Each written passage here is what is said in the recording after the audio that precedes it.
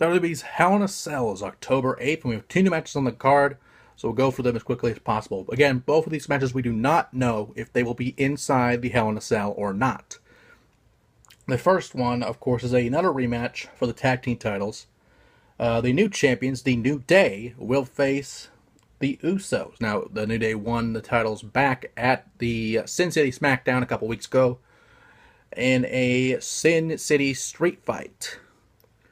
And now we have this match. Again, we do not know if it's inside the cell or not. It'd be interesting to see a tag title match in a cell. It'd be interesting to see that happen. The last time we've seen something like that would be the Tag Team Championship Elimination Chamber match, which was interesting to say the least. Again, we do not know which members of the New Day will defend the titles, so that depends on the situation for the Usos, but I feel like this hot potato of the title needs to end here.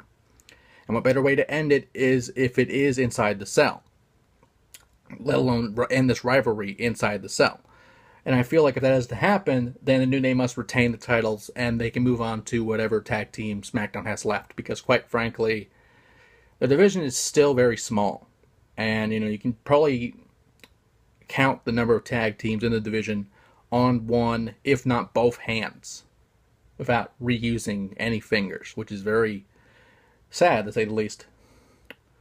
And finally, the SmackDown Women's Championship, as Natalya defends the title against the returning Charlotte. Now, of course, Charlotte has been gone tending to her father Ric Flair, over several surgeries, and some people have claimed alcohol, some kind of influence with alcohol.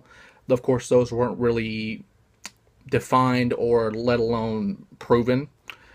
But we do know there was a surgery involved in that, and Rick is recovering greatly. I mean, it's like he hasn't skipped a beat at all. Of course, it's Ric Flair making a comeback, and of course it's going to happen.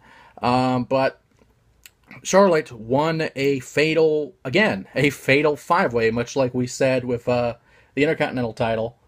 She won a fatal five-way fatal four-way with Tamina, Becky Lynch, and I believe Tamina, Becky Lynch. God, I feel so stupid. Tamina, Becky Lynch, and Naomi. That's what it was. Yeah. And, it's really interesting because, again, we do not know if this is in the cell or not, because last year we saw a women's Hell in a Cell match for the title, so we could see it again. It's very possible. But this prediction, honestly, depends if that match is in the cell or not. Because if it is in the cell, then Charlotte will probably win the title. However, if that does happen, if it's in the cell and Charlotte wins, then regardless of the outcome, Carmella will cash in and become the new champion, but only if the match is inside the Hell in a Cell.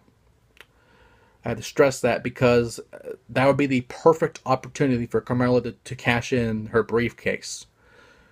If it is not in the cell, then you could go the way of Natalya retaining and Charlotte chasing towards the title for Survivor Series, or the rumored return of Starrcade, which we'll get to that if it actually does happen. And of course, it would be great if a Flair did win on a hypothetical Starrcade if that were to happen. We don't know that for sure. However, Hell in a Cell is a few weeks away. October 8th, I believe, is the when it's going to happen. And more matches will be added, and hopefully we'll have clarification, because I have to stress every time we do one of these, we do not know if these matches will be inside the cell or not. We know Shane and Owens will be. We don't know about the WWE Championship or the tag titles or the women's title for that matter. Hopefully, within the next few weeks, we'll have clarification of that and any new matches that happen within the next few weeks.